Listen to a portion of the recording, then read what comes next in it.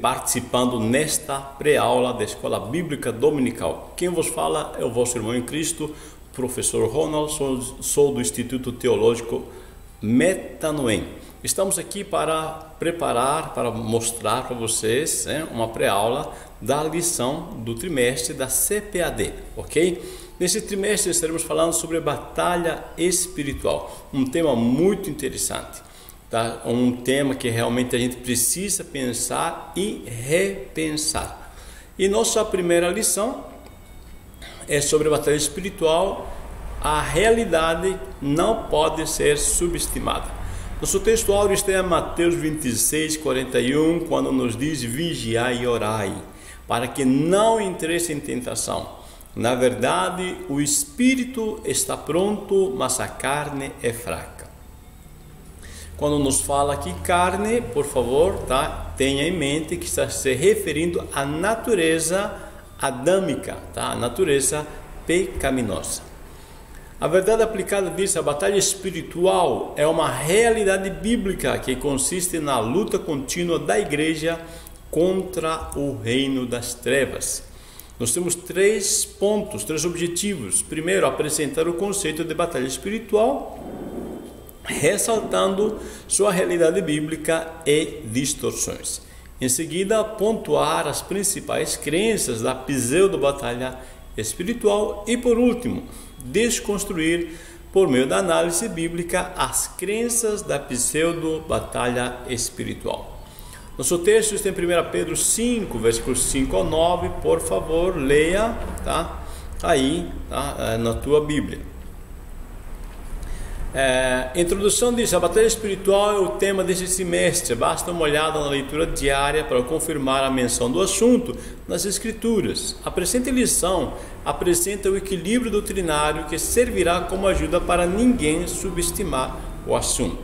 Então existe a batalha espiritual, ok? É uma realidade e nós queremos colocar então aqui uma forma de você equilibrar, tá?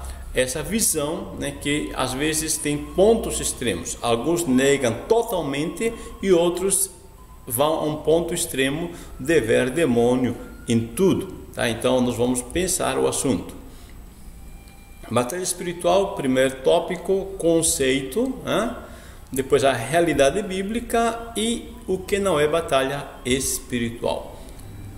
A batalha espiritual tem fundamentos bíblicos, mas nem tudo o que se diz ser batalha espiritual tem sustentação nas Escrituras. Então, às vezes, tá, existe, na verdade, algo que é parte do homem, tá, uma displicência do homem, né, uma falta, às vezes, de caráter do próprio homem, né, e não é demônio. Tá? Então nós temos que ter cuidado, vamos ter que discernir aqui algumas questões. Vamos conceituar então. 1 João 5,19 diz: sabemos que somos de Deus e que todo mundo está no maligno. Bom, este texto nos mostra 2 verdades. Primeiro, Deus existe, assim como também o maligno. Tá? Isso é importante nesse texto. Nós vemos Deus e o maligno como seres existentes. É uma realidade, o maligno sempre estará opondo-se aos planos de Deus e por isso um dos seus nomes é diabo, tá? Isto é, adversário. O segundo ponto que nós vemos, quando disse que somos de Deus, tá? Em oposição, né, ao que é do maligno. Então temos uma antítese de ideias, né? 2 ideias se opondo. Somos de Deus é uma ideia e os que são do maligno, isto é, o mundo que é do maligno. Em 1 João, capítulo 5, versículo 18, que é o versículo precedente, diz o texto assim: sabemos que todo que é nascido de Deus não vive em pecado. Antes, aquele que nasceu de Deus o guarda e o maligno não lhe toca. Veja, então aqui está dizendo que nós somos de Deus. Aquele que é nascido de Deus não vive em pecado. Por consequência, somos de Deus. Agora, aquele que vive em pecado, tá? Isso ele chama, João chama isso o mundo, tá? Todo o mundo, ou seja, todos aqueles que vivem em pecado são ou estão, tá, debaixo do jugo do maligno. Tá? Eu estou explicando isto para que você entenda que a palavra mundo aí não se refere, tá, ao mundo sistema, tá? Ao mundo de ideias. Não, mundo ali, nesse texto de 1 João 5,19, se refere às pessoas não cristãs, tá? Aqueles que não creem em Jesus Cristo, que são opostos, né, àqueles que são de Deus, os que creem em Cristo Jesus. E definindo a batalha espiritual é a oposição que os cristãos fazem às forças malignas pela pregação do Evangelho, a oração e a palavra de Deus, tá? Então são esses pontos importantes para nós. A batalha espiritual é quando nós se opomos, tá, a todas as ações das forças malignas mediante a pregação, né, a oração, é claro, né, e nós conhecer a palavra de Deus, ok? É uma realidade bíblica. O principal tema da primeira epístola do apóstolo Pedro é o sofrimento do crente, que é resultado da batalha espiritual. Pedro disse: sede sóbrios, vigiai, porque o diabo, vosso adversário, anda em derredor, bramando como leão, buscando a quem possa tragar. Veja, se você ver os versículos anteriores, você vai ver, né, que na verdade nessa epístola está se tratando dos cristãos sendo perseguidos. E Pedro disse que essas pessoas que estão perseguindo os cristãos estão sendo instigados por Satanás, ou seja, há uma batalha espiritual. O que não é batalha espiritual? Bom, não é batalha espiritual quando as pessoas usam versículos isolados para tecer uma doutrina, tá? Então, toda doutrina bíblica deve estar embasado, apoiado em vários textos bíblicos, não em versículos isolados. Deve se manter dentro do contexto. Outra questão é que não é batalha espiritual quando se interpreta o texto baseado em experiências particulares. Às vezes Deus nos dá experiências particulares, tá, mas que não são base para colocarmos, tá, como a base de interpretação das escrituras para definir batalha espiritual.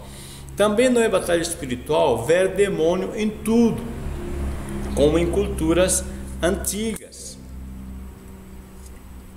Então, dentro da cultura babilônica, dentro da cultura grega, e em muitos outros lugares, muitos indígenas viam demônios, né, ou espíritos em tudo, né, na água, na árvore, na pedra e em tudo. Isso não é batalha espiritual. Cuidado com confundir com a cultura, tá, dos povos antigos.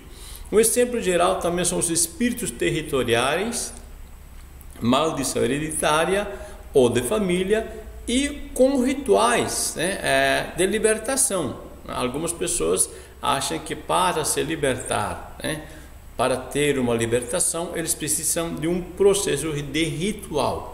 7 semanas, 7 quartas-feiras, 7 sextas-feiras e outros, tá, tipos de rituais, ok? Isso não é batalha espiritual.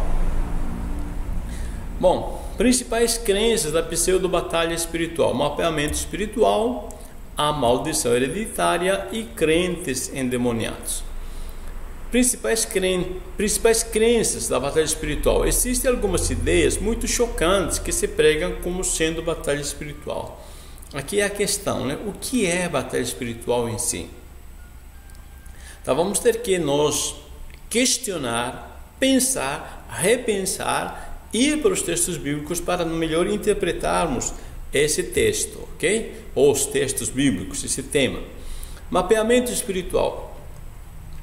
A doutrina consiste na crença de que Satanás designou alguns de seus demônios para cada país, região ou cidade. O Evangelho, segundo esta doutrina, tá, só pode prosperar nesses lugares quando alguém cheio do Espírito Santo expulsar esse espírito maligno. eles pegam textos isolados como Daniel 10, 13 e 20 e Marcos 5, 10.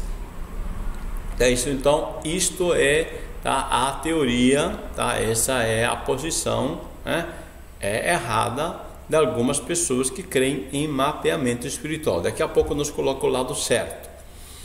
A maldição hereditária, o que se crê nessa doutrina? Se resume em que se uma pessoa tem problemas como com adultério, pornografia, divórcio, alcoolismo ou tendências suicidas, é porque no passado alguém da sua família, não importa se é avô, né, bisavós ou tataravós ou pais, né, teve esse problema. Tá? Eles pegam algum texto isolado, como Êxodo 25, Isaías 8:19, para dizer, né, porque alguém, um bisavô, um tataravô, né, tinha problemas com álcool, por exemplo. Aí agora essas pessoas do momento atual, né, os descendentes, estão tendo o mesmo problema. Tá? É isso que eles colocam nesse conceito de maldição hereditária. Crentes endemoniados, isso nós temos também ter cuidado aqui. Esses pregadores ensinam que o homem é um espírito que tem alma e habita num corpo, né? Esse é um conceito que é colocado por Kennedy Hagin e alguns outros pentecostais e neopentecostais. Assim, os espíritos imundos passam a possuir a alma e o corpo, né, do cristão. Tá? Segundo eles, o espírito não pode ser possuído, mas sim a alma e o corpo. Vão usar textos como 1 Samuel 16:14 e o caso de Saul, né, e de Judas Iscariotes em Lucas 22:3, além de Ananias e Safira. Bom, agora vamos então entender, tá, esses pontos sobre o mapeamento espiritual, maldição hereditária e a possibilidade do cristão ser possesso e o que é o homem segundo a Bíblia. Então vamos para a Bíblia, vejamos o que a Bíblia ensina nas passagens reivindicadas pelos líderes defensores dessa inovação. Agora a questão é grande, né? Vamos entender. Sobre o mapeamento espiritual, nas duas passagens de Daniel que falam sobre o príncipe do reino da Pérsia, em Daniel 10:3, e o príncipe da Grécia, no versículo 20 desse mesmo capítulo, se trata de guerra espiritual. Isso aqui é uma guerra angelical, na verdade, né? E não há indícios da presença humana. E aqui é importante entender. Nós, os homens, tá, não mandamos em anjos. Tá? Isso é muito cuidado. Tá? Nós não damos ordens aos anjos. Quem dá ordem aos anjos é Deus. Deus envia seu anjo e Deus determina quem vai lutar contra quem. Tá? Não é necessariamente somente um principado, né? Ou seja, um arcanjo. Somente um arcanjo pode enfrentar outro arcanjo maligno, ou um anjo, né, de maior escala enfrentar outro anjo de escala maior. Não é simplesmente isto. Quando Deus manda, dá uma ordem, delega a autoridade a um anjo, ele vai fazer, tá, aquilo que o Senhor lhe manda, independente de sua posição, ser arcanjo, ser serafim, querubim, tá, ou simplesmente anjo. Se Deus lhe dá autoridade, ele faz. Por exemplo, em Apocalipse, você vai ver que quem prende Satanás, que é um querubim, né, vai ser um anjo.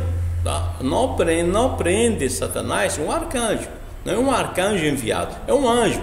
Mas por que o anjo simplesmente? Porque o poder do anjo está naquilo que Deus lhe delegou, na autoridade que Deus lhe deu, ok? Então, sobre o mapeamento espiritual, né? No caso dos demônios que possuem o gadareno, o texto diz: eu rogava-lhe muito que os não enviasse para fora daquela província. Por que aqueles demônios estão rogando para não serem enviados fora daquela província?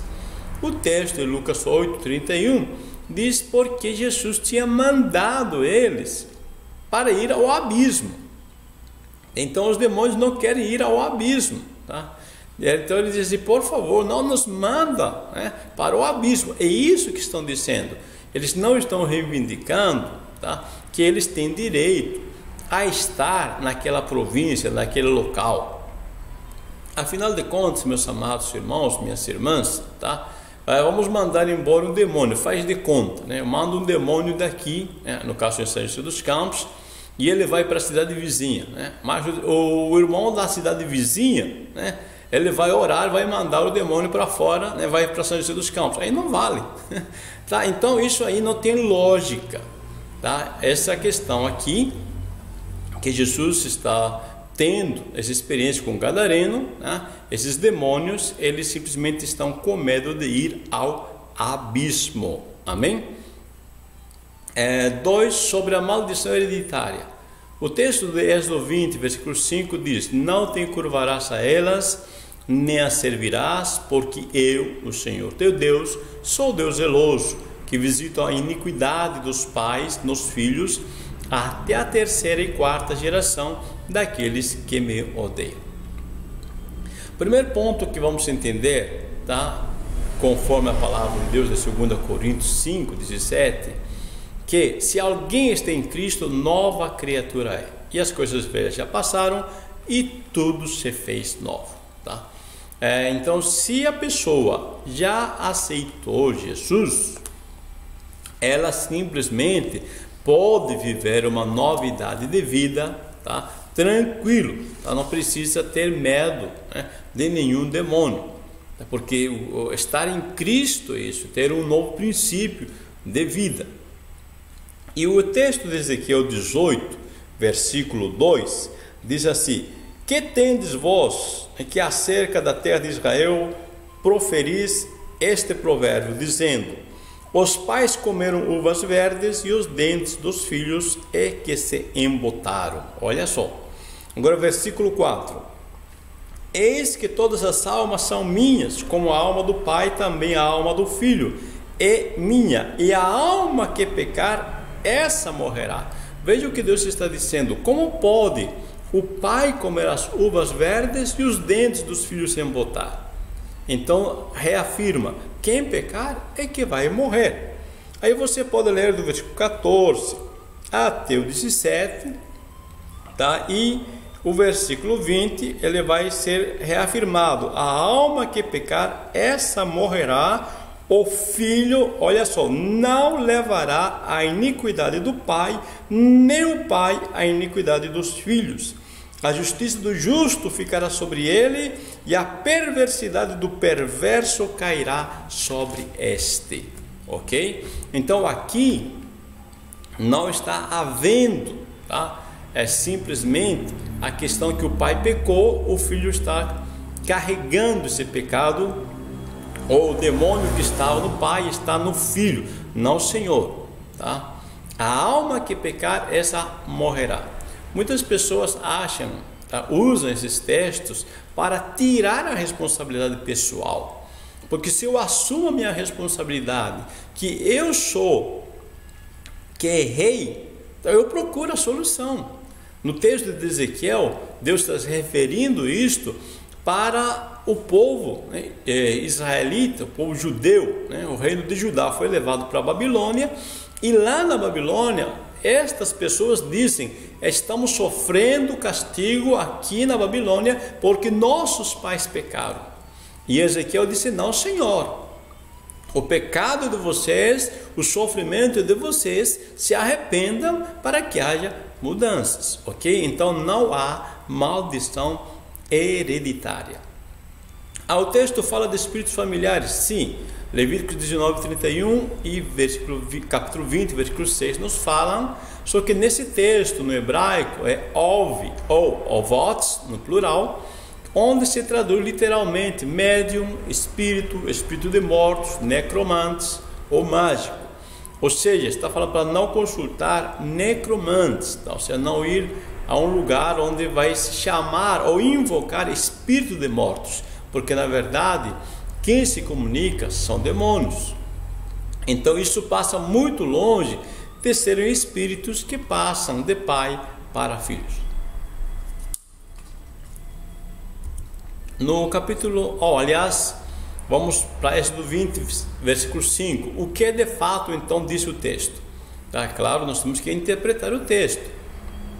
Quando Deus disse: sou Deus zeloso, que visito a iniquidade dos pais nos filhos até a terceira e quarta geração daqueles que me odeiam. Então a pergunta, seria, como é que essa iniquidade é visitada por Deus?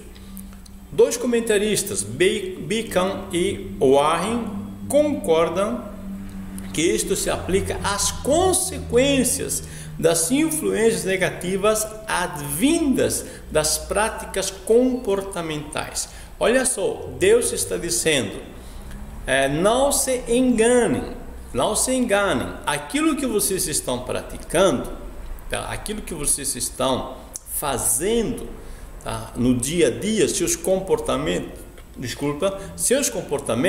vai influenciar de forma negativa vossos filhos. É a mesma coisa que Paulo disse: não esqueçam, tá? Deus não se deixa zombar, aquilo que o homem plantar, isso colherá. Tá? Então eu estava falando da influência negativa das práticas comportamentais. O Warren nos esclarece dizendo que nos tempos bíblicos não era incomum haver 4 gerações vivas na mesma família. E assim existia a possibilidade ainda maior de influenciar ou afetar o outro. Isto se aplica tanto à piedade ou impiedade. Ou seja, se aquela pessoa tem comportamentos maus, tá? Por exemplo, a bebedeira, facilmente poderia influenciar as suas gerações posteriores também a estar na bebedeira. Ou se aquela pessoa, tá, ela é praticante, da promiscuidade sexual, tá, ele também poderá influenciar, tá, o meio onde ele está, a família onde ele mora. Então é isso que está falando o texto bíblico. A idolatria, Êxodo nos diz sobre a idolatria, tá?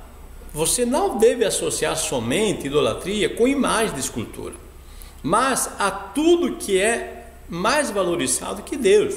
Um exemplo, Paulo nos disse, é a avareza. Em Colossenses 3,5, Paulo disse que a avareza é idolatria. Veja, algumas pessoas pensam em idolatria, só uma imagem. Mas Paulo disse: não, Senhor, a tudo que você valoriza mais do que a Deus, tá? Isso é um ídolo na tua vida. Mateus 19, 22 nos fala daquele jovem rico. Lembra do jovem rico que chegou para Jesus e disse: bom mestre, que farei para herdar a vida eterna? Jesus disse: olha, guarda os mandamentos. Aquele jovem disse: eu tenho guardado todos. Então Jesus disse: então vamos lá, mandamento número 1, amar a Deus sobre todas as coisas. Vai, vende tudo que tens e dá aos pobres. E o que o texto diz? Que aquele jovem ficou triste, tá? E deu as costas para Deus. Veja que este jovem, ele está escravizado pela idolatria do dinheiro, da riqueza, tá? Ele é um avarento. E neste momento ele valoriza mais a riqueza do que a Cristo e dá as costas para Jesus. Então, esses valores, tá? Esses paradigmas, tá? São construídos por influência familiar ou social, tá? Então, se a pessoa vive num ambiente onde se valoriza a riqueza, tá? O dinheiro, a avareza, tá? Então é facilmente ela ser influenciada, tá? Por esse valor. A pessoa dá valor às coisas deste mundo a mais do que a Deus. Ao aceitar Jesus, somos iluminados para enxergar os verdadeiros valores. Então podemos escolher com mais precisão. Veja que eu coloquei aqui: somos iluminados para enxergar. Jesus nos disse, tá? Não penseis nas coisas que são da terra, mas sim nas que são de cima. Veja que Jesus se está orientando, porque Jesus disse: onde vocês acumularem suas riquezas, ali estará o vosso coração. Onde está o vosso tesouro, aí está o coração. Ou seja, você vai ficar pensando naquilo que você valoriza. E se você fica pensando naquilo que você valoriza, você acaba amando isso, e isso vai ser um fator decisivo na tua vida. Então, quando falamos de maldição hereditária, o texto bíblico está falando de que tipo de valores, tá, você, como pessoa, está passando aos teus filhos, às tuas filhas, a teu meio ambiente em que você vive, porque esses valores são determinantes. E sobre a possibilidade de o cristão ser possesso, é bom lembrar que Saul já estava desviado nessa época, em 1 Samuel 15, 23, e na verdade aquilo era uma opressão. Da mesma forma, Judas Iscariotes também estava desviado. Ele era crente? Claro que era crente, né, irmãos? Veja que em Marcos 3,14, Judas está entre os escolhidos. Jesus orou, tá, a noite toda, diz a Bíblia, e depois descendo do monte escolheu. Então ele escolheu, e com certeza ele sabe quem está escolhendo, tá? Todas essas pessoas que está escolhendo, todas elas terão a oportunidade de ter um curso, vamos colocar assim, tá, intensivo com Jesus por 3 anos. Marcos 6 e 7 e Mateus 10 e 1 nos diz que ele, Judas, também, tá, recebeu o poder para trabalhar na missão que eles receberam.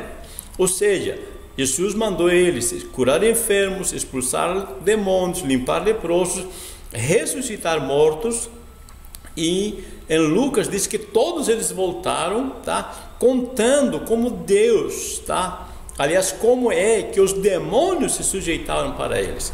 Em nenhum momento é deixado, né, em um espaço onde diga que Judas também não tenha expulsado demônios, não tenha curado enfermos, não tenha limpado leprosos, ou mesmo ressuscitado mortos. Então Judas, sim senhor, tá, ele é um crente, tá, é convertido, ok? E está fazendo a obra, curando enfermos, expulsando demônios. Mas Lucas 22, 3 diz que Satanás entrou nele. Olha só, aí é uma questão interessante. João 13, versículo 2, nos diz que Satanás colocou nele a ideia da traição.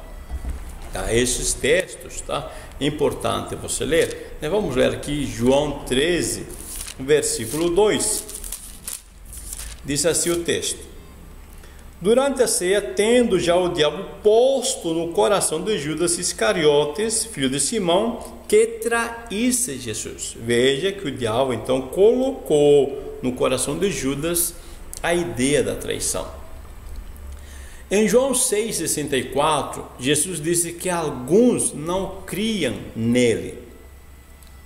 Ou seja, apesar deles terem, tá, convivido com Jesus por 3 anos e meio praticamente, ainda estavam sendo dominados por velhas crenças. E no versículo 70, ele anuncia isso, né, dizendo que um deles era o diabo. Quando falamos diabo, lembra que a palavra significa adversário. Jesus está dizendo, um de vocês aqui, porque justamente não crê, tá, ou está sendo dominado pelas velhas crenças, vai se tornar, né, meu opositor. Vamos ler João 6,64, diz assim: contudo, há descrentes entre vós. Está falando com os 12, tá? Pois Jesus sabia desde o princípio quais eram os que criam e quem o havia de trair. Veja, então não era só Judas que não está crendo, tá? Existem outros que não estão crendo de fato em Jesus. E tem o que há de trair, ok? Então quando disse aqui, tá, não crer, tá, está falando de quê? De paradigmas, está falando de conceitos que estes discípulos têm na cabeça. Que conceito eles têm? que o Cristo, o Messias, deve libertar Israel das mãos dos romanos, matar os romanos. Mas Jesus, ele disse que ele veio para salvar, ele veio para amar a todas as pessoas. Então isso não entra na cabeça destes discípulos, tá? Então por isso Jesus disse que muitos não criam. E no versículo 70, vamos ler, diz assim: replicou-lhes: não vos escolhi eu em número de 12? Ou seja, Jesus está dizendo: eu escolhi vocês, eu tenho certeza que eu escolhi vocês. Contudo, aí Jesus mostra uma tristeza: contudo, um de vós é o diabo. Ou seja, Jesus fica triste porque Judas não valorizou a oportunidade, apesar de ser escolhido, apesar de participar, de ter tido experiência de usar o nome de Jesus como crente, convertido, ele não valorizou a oportunidade e se deixou dominar pelos seus hábitos, seus paradigmas, suas crenças, tá? E isso fez que ele se desviasse da presença de Deus. Aliás, antes, voltando um pouquinho, tá?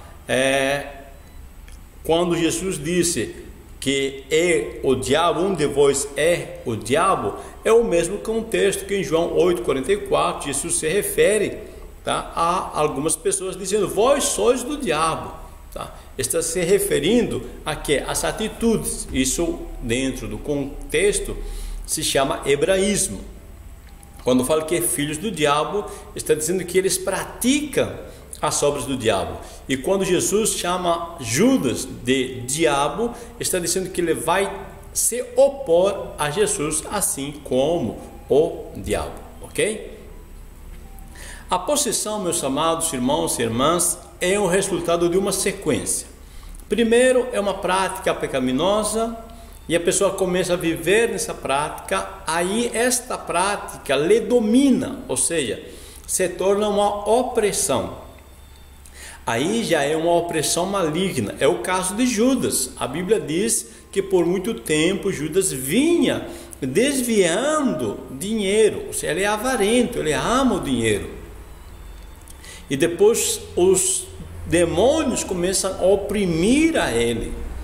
Um próximo passo pós-opressão é a possessão. Veja que Jesus nos disse para vigiar, em Mateus 26:41, vigiai e orai para que não entreis em tentação. Na verdade, o espírito está pronto, mas a carne é fraca, tá? Veja, por que Jesus manda vigiar se não há perigo, tá, de nos cair? Com certeza, tá? Com certeza Jesus está deixando bem claro a possibilidade de um cristão que não vigia ser possuído, tá? Isso está aí, ó, é o texto. Lucas 11, 14, 15 disse que Jesus estava expulsando um demônio.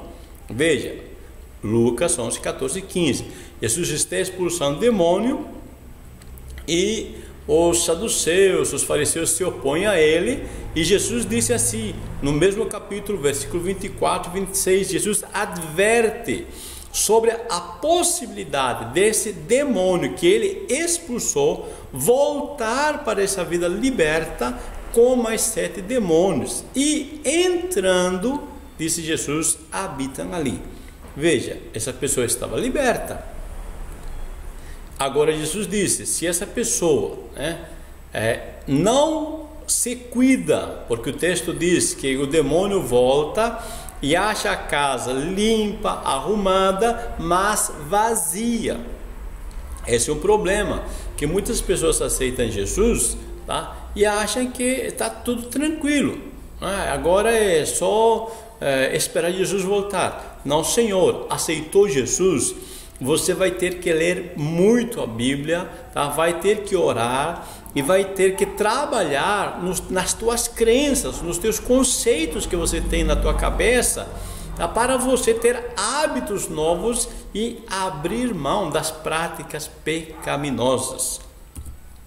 Porque senão o inimigo vem, Diz o texto: o maligno não toca o cristão enquanto ele não vive no pecado, a semelhança de Judas, isto é, não dá lugar ao diabo. Veja o que o texto diz: sabemos que todo aquele que é nascido de Deus não vive em pecado. Isso é 1 João 5,18, tá? Como resultado de não estar vivendo em pecado, o texto continua: aquele, isto é, Jesus, que nasceu de Deus, o guarda e o maligno lhe toca.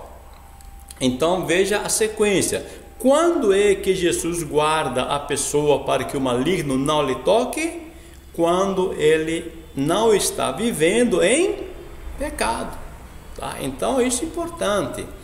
As pessoas são salvas não porque aceitou Jesus, tá, há um tempo atrás. Não, por exemplo, eu aceitei Jesus em 1986. Mas isso, tá, não quer dizer que eu estou liberto de uma situação que eu venha a cair e, tá, ao viver em pecado, tá, e o maligno passar a me possuir. Tá? Pode, Jesus está dizendo, tá, Jesus disse vigiai, e o evangelista João está dizendo cuidado com vocês viver na prática do pecado, porque isso vai abrir uma brecha. Então Deus vai te guardar se você não viver em pecado. Se viver no pecado, o maligno, sim Senhor, pode tocar. O homem segundo a Bíblia. Diz o texto em Gênesis 2:7: e formou o Senhor Deus o homem do pó da terra e soprou as suas narinas, em suas narinas o fôlego da vida, e o homem foi feito alma vivente. Tá? Em outras traduções diz que o homem foi feito um ser vivo, ok? Então o homem, o ser humano, tá? Ele é composto, né, de espírito, alma e corpo. E isto é que o ser humano é uma unidade sistêmica. Isto é, tudo o que acontece numa parte do ser humano afeta nas outras partes. Se nós temos nosso espírito, alma e corpo, se o espírito está mal, tá? Ou se na parte espiritual nós não estamos bem, tá? Também a alma é afetada nisso e o corpo também. Quando a alma não está bem, tá? O espírito é afetado e o corpo também. Ou quando o corpo não está bem, os outros dois sofrem também. Veja que o salmista Davi diz que enquanto, tá, ele não confessou o seu pecado, os seus ossos secaram. Você está tendo uma doença psicossomática. Tá? Porque psicossomática se diz a doenças que não têm origem física, mas na área, tá, espiritual, emocional. Então aqui o espírito afeta o corpo, assim também o corpo, né, afeta o espírito e alma. Ou seja, se eu estou cansado demais, eu não consigo dar aulas, eu não consigo pregar como deveria pregar, porque o meu corpo precisa estar bem. Em resumo, os três precisam estar bem, espírito, alma e corpo, para que nós possamos fazer a obra do Senhor como deve ser feita. Tá? Então, o ser humano, ele é uma unidade sistêmica, ok? O espírito, alma e corpo, eles são um sistema que não dá para viverem separadamente. É tanto que, né, quando o meu espírito sai, o corpo morre, né? Não dá para viver separadamente, tá? E Paulo disse que o último inimigo a ser vencido será a morte, ou seja, quando vamos viver eternamente com Deus, vai ser espírito, alma e corpo.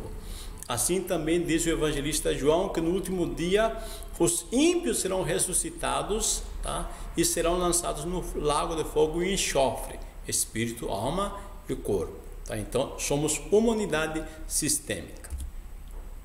Concluindo, a necessidade de equilíbrio para que os mensageiros dessas aberrações doutrinárias não levem o crente ao ceticismo, porque a batalha espiritual existe e ninguém deve subestimá-la, tá? Existe, então nesse trimestre vamos pensar e repensar muito nisso para nós não cair no laço do maligno.